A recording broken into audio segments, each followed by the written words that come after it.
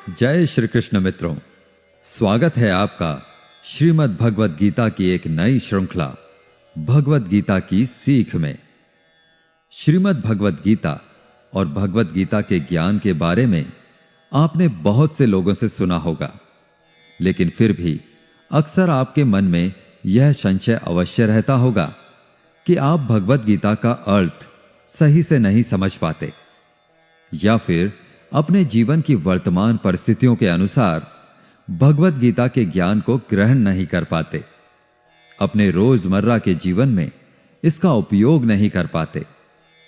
प्रिय मित्रों, मैं बलवंत सिंह जोधा इस अनमोल साथी चैनल पर अब आपके समक्ष प्रस्तुत कर रहा हूं श्रीमद् भगवद गीता की एक बहुत ही सरल व्याख्या। इस श्रृंखला में मैं भगवद गीता के सभी 18 अध्यायों से मिलने वाली सीख और शिक्षाओं को बहुत ही सरल शब्दों में समझाने का प्रयास करूंगा, जिसे सुनने के बाद आपको अपनी समस्याओं का समाधान अवश्य मिलेगा। आप सोचेंगे कि क्या विशेष है इस गीता में? मित्रों, गीता में अगर कुछ विशेष है तो वह है श्री कृष्ण। बाकी हम सब तो निमित्त मात्र हैं, लेकिन फिर भी मेरा पूरा प्रयास रहेगा कि मैं बहुत ही आसान और सरल शब्दों में आप तक इस पवित्र ज्ञान को पहुंचा सकूं। और इसके साथ ही मैं आपको बताऊंगा कि कैसे आप विभिन्न अध्यायों से मिलने वाली सीख को अपने जीवन में वर्तमान समय के अनुसार उतार सकते हैं, स्वयं के व्यवहार में धारण कर सकते हैं और अपने रोजमर्रा के जीवन में इसका उपयोग कर सकते हैं।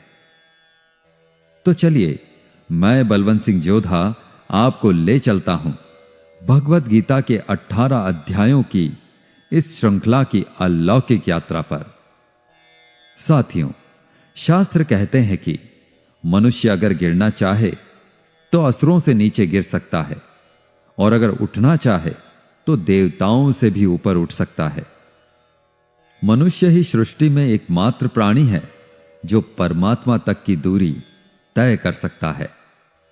इस संसार में श्रीमद् भगवद गीता के पवित्र ज्ञान से न जाने कितने ही लोगों, कितने ही महापुरुषों ने अपना जीवन बदला है। हमारे जीवन से जुड़ा ऐसा कोई प्रश्न नहीं है जिसका उत्तर भगवान श्री कृष्ण भगवद गीता में नहीं देते। हमारे मन मस्तिष्क की कोई भी शंका, परेशानी, चिंता, किसी तरह का आवेग, किसी भी तरह की दुविधा हो, दुनिया के हर धर्म संकट का उत्तर है श्रीमद् भगवद गीता। अगर आप सोचते हैं कि भगवद गीता में सिर्फ यह लिखा है कि भगवान की पूजा कैसे करते हैं, तो आप बिल्कुल गलत हैं, क्योंकि भगवद गीता सिर्फ एक किताब या धार्मिक ग्रंथ मात्र नहीं है, बल्कि इसमें वो पवित्र ज्ञान है, वो गूढ़ रहस्य है जो इस पृथ्वी पर जितने भी लोग जन्म लेकर आते हैं उनको यह सिखाता है कि इस जीवन का वास्तविक मतलब क्या है, या जीवन का सही उद्देश्य क्या है, वास्तव में जीवन कैसे जिया जाता है, मनुष्य कैसे जीवन के हर क्षेत्र में सफल होकर खुशी और आनंद को प्राप्त कर सकता है।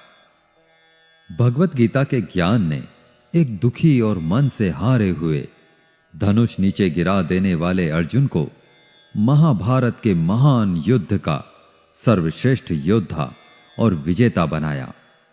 अगर आप भी अपने जीवन में किसी उद्देश्य को लेकर आगे बढ़ रहे हैं, तो मेरा विश्वास कीजिए कि आप भी अपने जीवन की समस्याओं के युद्ध के मैदान के अर्जुन हो, और इसलिए अपने जीवन की हर समस्या के समाधान के लिए इस पवित्र गीता ज्ञान को जानना आपके लिए बहुत ही आवश्यक है। आप चाहे कोई बिजनेसमैन हो, नेता या अभिनेता हो, गृहिणी हो, स्टूडेंट हो, या फिर किसी भी आयु वर्ग के क्यों ना हो, इस पवित्र ज्ञान में सभी की समस्याओं के समाधान और सभी के प्रश्नों के हल मिलते हैं। श्रीमद् भगवद गीता के बारे में कहा गया है कि एकम शास्त्रम देव की पुत्र गीतम, एको देवो देव की पुत्र एव, एको मंत्रस्य नामानि यानि, कर्माप्येकम तस्य देवस्य सेवा। अर्थात एकमात्र शास्त्र जिसका गायन भगवान के श्रीमुख से हुआ है वो श्रीमद् भगवद गीता है। जब महाभारत के रण के मध्य में धनुर्धर अर्जुन युद्ध के लिए घबरा गए तो भगवान श्री कृष्ण ने अपने श्रीमुख से जिस शास्त्र का गायन किया, जिस गीत का गायन किया, वो श्रीमद् भगवद गीता है। इस सृष्टि में पूजनीय एकमात्र देव हैं, वो भगवान श्री कृष्ण है। एकमात्र मंत्र है, वो उनका नाम है। एकमात्र कर्म है, वो प्रभु की आराधना है। श्रीमद् भगवद गीता का जितना भी अध्ययन किया जाए, जितना भी समझा जाए, उतना ही कम है। इसे जितनी बार भी पढ़ा और सुना जाता है, उतनी ही बार हमें कुछ ना कुछ नया जानने को, नया सीखने को जरूर मिलता है।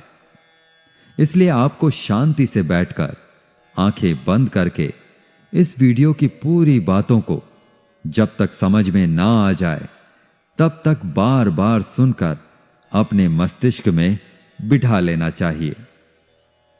आज हम श्रीमद् भगवद गीता के प्रथम अध्याय का अध्ययन करेंगे, जिससे आपको यह सीखने को मिलेगा कि वह कौन सी सबसे पहली चीज है जो आपको जीवन में आगे बढ़ने से रोकती है।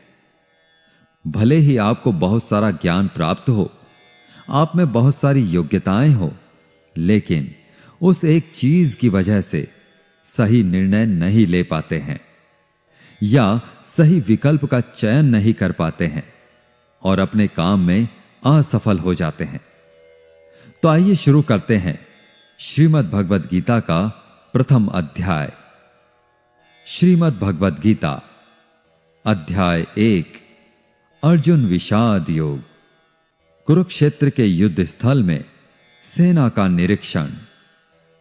साथियों, किसी भी ज्ञान की शुरुआत अज्ञानता से या उत्सुकता से होती है। उसी तरह श्रीमद् भगवद गीता की शुरुआत धृतराष्ट्र के एक प्रश्न से होती है। धृतराष्ट्र जो कि अज्ञानता के प्रतीक हैं, अज्ञान रूपी धृतराष्ट्र जिन्हें सत्य मालूम है, जिन्हें मालूम है कि इस संसार का एकमात्र सत्य परमात्मा है, लेकिन वे अपने पुत्र के मोह में अंधे होकर जीवन जीते रहते हैं। सबको मालूम है कि धृतराष्ट्र जन्म से अंधे थे, फिर भी उन्होंने महाभारत के युद्ध को देखा। लेकिन कैसे देखा? उन्होंने संजय की दृष्टि से देखा। संजय को दिव्य दृष्टि प्राप्त थी। वो युद्ध से दूर होते हुए भी युद्ध को देख सकते थे, और वो जो देख रहे थे वही धृतराष्ट्र को बता रहे थे। इसमें वो अपनी तरफ से कुछ भी नहीं कहते हैं, सिर्फ आंखों देखा हाल बता रहे थे युद्ध का। यानी जैसे हम लोग किसी खेल का सीधा प्रसारण सुनते हैं, बस उसी तरह समझ लीजिए। ये उन्हीं की दिव्य दृष्टि का कमाल था कि हमें भगवद गीता सुनने को मिली। श्रीमद् भगवद गीता के प्रथम अध्याय के प्रथम श्लोक में धृतराष्ट्र कहते हैं, धर्म क्षेत्रे कुरुक्षेत्रे संवेतायुयुत्सवः मामकाः पांडवाश्चैव किम कुर्वत संजय। अर्थात, हे संजय, धर्म भूमि कुरुक्षेत्र में युद्ध की इच्छा से एकत्र हुए मेरे और पांडु के पुत्रों ने क्या किया। जैसा मैंने बताया कि धृतराष्ट्र अज्ञानता का प्रतीक हैं और संजय प्रतीक हैं संयम के, धैर्य के। जो अज्ञान है वह मन के अंदर है। अज्ञान से जो मन ढक चुका है वह धृतराष्ट्र है, लेकिन वह संयम रूपी संजय के माध्यम से देखते हैं, सुनते हैं, समझते हैं और जानने की कोशिश करते हैं कि सही रास्ता आखिर क्या है। यह वही है जिनका जब तक पुत्र जीवित रहेगा, यानी कि मोह रूपी दुर्योधन जीवित रहेगा, इनकी दृष्टि हमेशा विकारों पर रहेगी, हमेशा कौरवों पर रहेगी। धृतराष्ट्र अंधे थे, देख नहीं सकते थे, लेकिन आंखों से अंधे थे, मन और मस्तिष्क से नहीं। उन्हें पता था कि वो धर्म के साथ नहीं है, क्योंकि धर्म तो वहां होता है जहां श्री कृष्ण थे। अपने पुत्र मोह में उन्होंने शांति की जगह युद्ध को चुना था, लेकिन वो जानते थे कि इस युद्ध को जीतना आसान नहीं होगा। अपने जीवन में जब हम कुछ गलत करते हैं तो हम भी समझ रहे होते हैं कि हमारे किए का परिणाम शायद अच्छा ना हो, और ऐसा ही धृतराष्ट्र के साथ भी हुआ। वो भी इसी डर, इसी आशंका में दिखते हैं।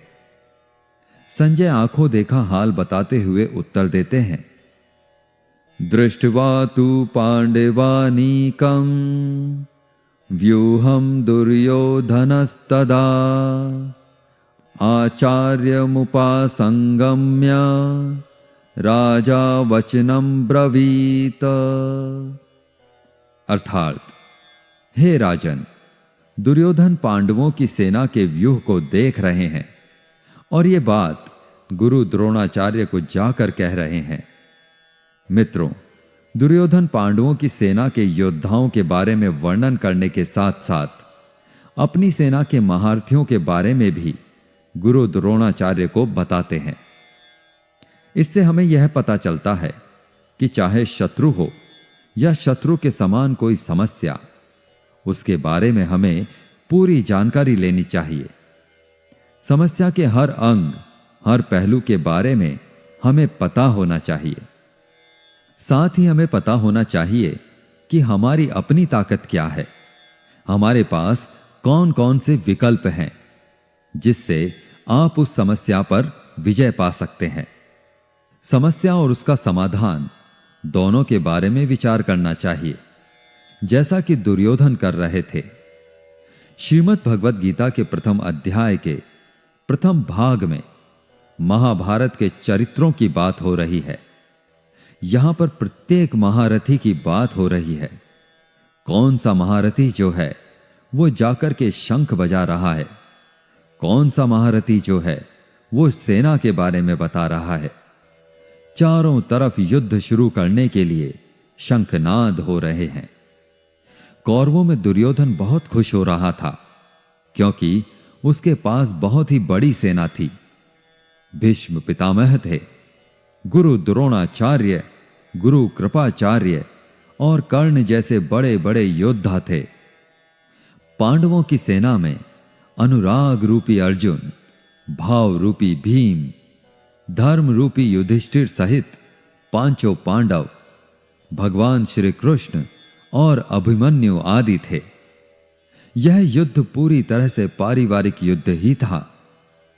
पांडवों और कौरवों के लिए गुरु द्रोणाचार्य और कृपाचार्य दोनों एक ही थे। भीष्म भी एक ही थे। साथ ही साथ पांडव और कौरव खुद भी आपस में चचेरे भाई थे। लेकिन हर कोई जीतने के उद्देश्य से रणभूमि में आया हुआ था। इस अध्याय के 15वें श्लोक में संजय धृतराष्ट्र को बताते हैं कि पांचजन्यम ऋषिकेशो देवदत्तम धनंजयः पौंड्रम दध्मो महाशंखम भीमकर्मा वृकोदरः। अर्थात ऋषिकेश श्री कृष्ण ने अपना पांचजन्य शंख बजाया, अर्जुन ने देवदत्त शंख तथा अति भोजी एवं अति मानवीय कार्य करने वाले भीम ने पौंड्र नामक भयंकर शंख बजाया। इस श्लोक में भगवान श्री कृष्ण को ऋषिकेश कहकर संबोधित किया गया है, क्योंकि वे ही समस्त इंद्रियों के स्वामी हैं। सारे जीव उनके भिन्न अंश हैं, अतः जीवों की इंद्रियां भी उनकी इंद्रियों के अंश हैं। भगवान समस्त जीवों के हृदय में स्थित होकर उनकी इंद्रियों को निर्देशित करते हैं। यहां कुरुक्षेत्र की युद्ध भूमि में भगवान कृष्ण अर्जुन की दिव्य इंद्रियों को निर्देशित करते हैं। इसीलिए उनको ऋषिकेश कहकर संबोधित किया गया है। आप जैसे जैसे श्रीमद् भगवद गीता को पढ़ते जाएंगे तो आप समझते जाएंगे कि बहुत सारे चरित्रों के बारे में आगे कोई बात नहीं हुई है।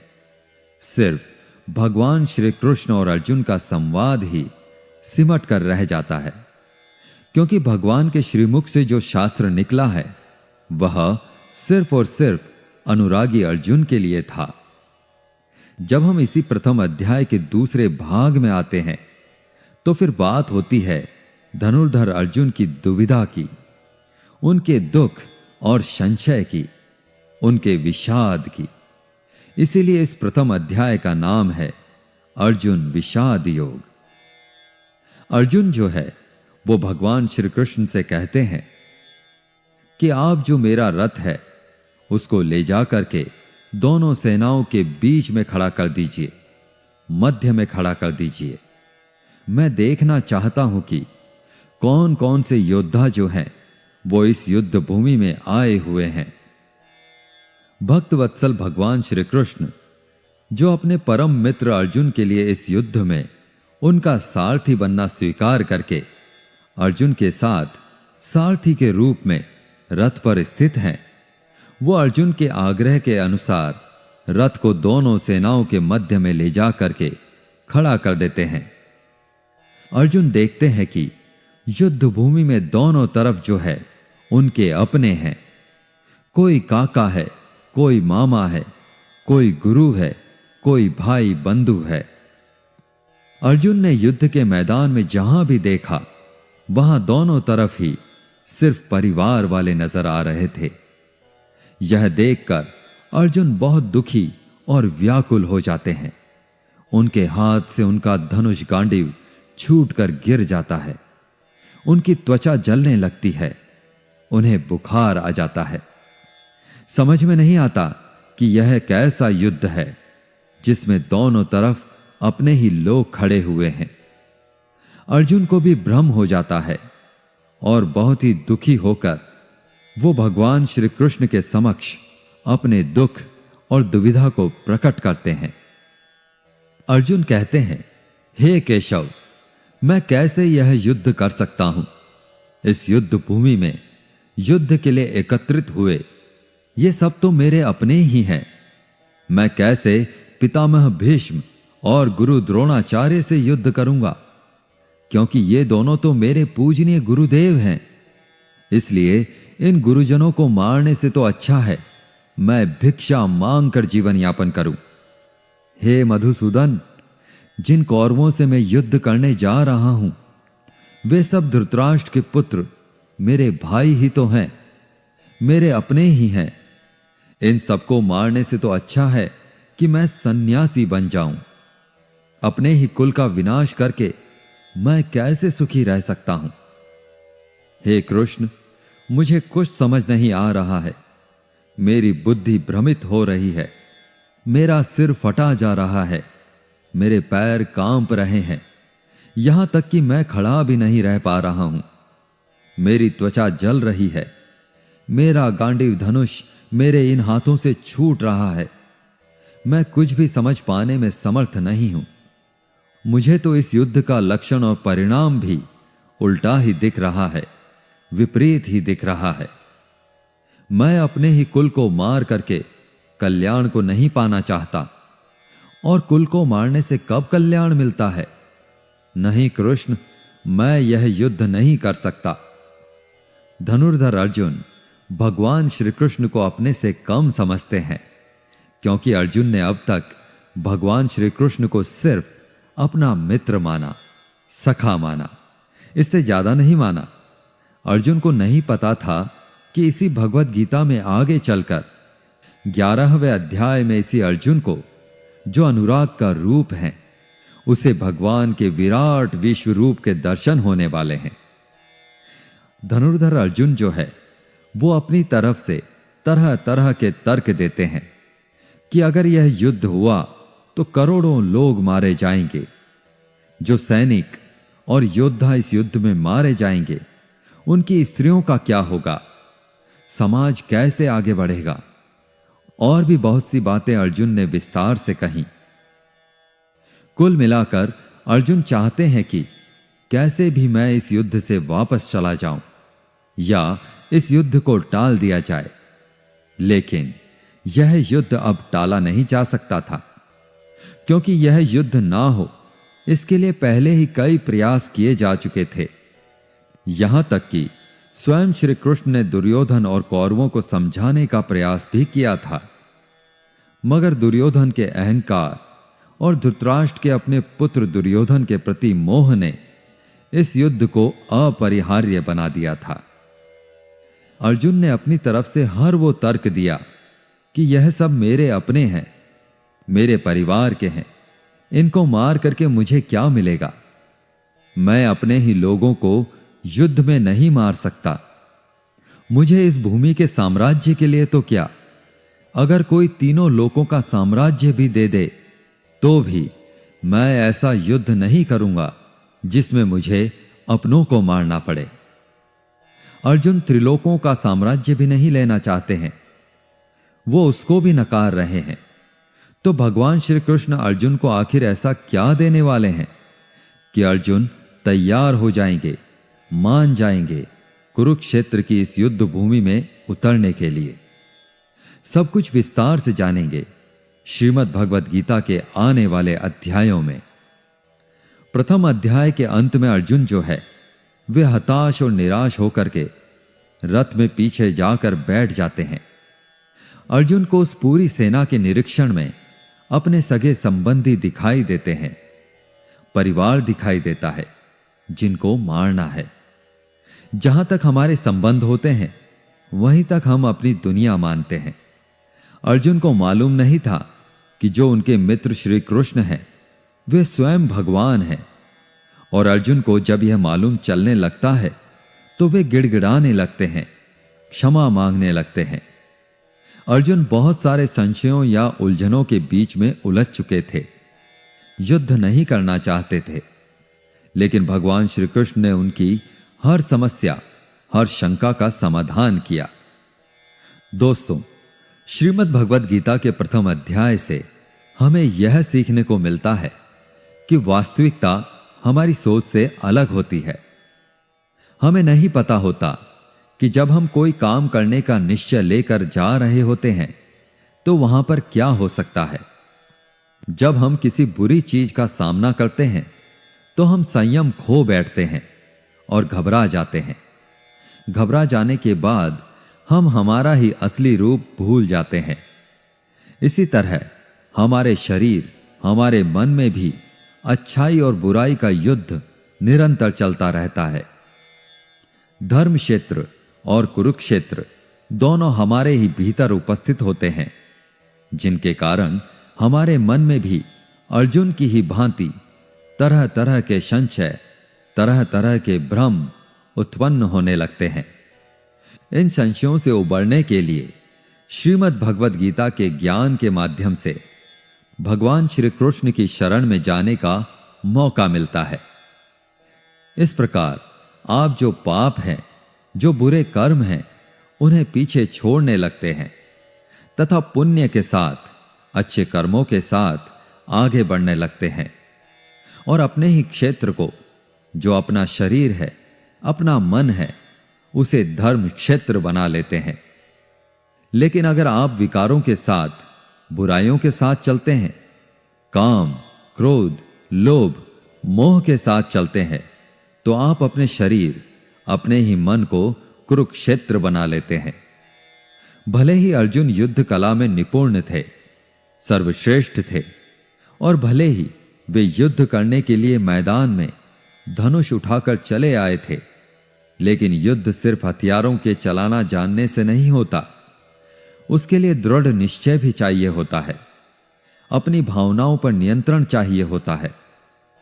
मैदान में आकर अर्जुन को अपने निश्चय या कर्तव्य से ज्यादा अपने संबंधियों और गुरुओं से मोह हो गया और फिर वे दुखी हो गए। वे युद्ध करने का निर्णय नहीं ले पाए। इससे यह भी सीखने को मिलता है कि जीवन में हमें हमारा कर्म करने से सबसे पहले रोकने वाला अगर कोई होता है तो वह है हमारा मोह, लगाव या अपनापन। जैसे कि आप सुबह जल्दी उठ तो सकते हैं, अपने शरीर और मन को स्वस्थ रखने के लिए व्यायाम या योग प्राणायाम कर सकते हैं, लेकिन आपको अपनी नींद और आलस से मोह होता है। आप अपने लक्ष्य को प्राप्त करने के लिए कठोर परिश्रम तो कर सकते हैं, लेकिन आपको अपने आराम से लगाव होता है।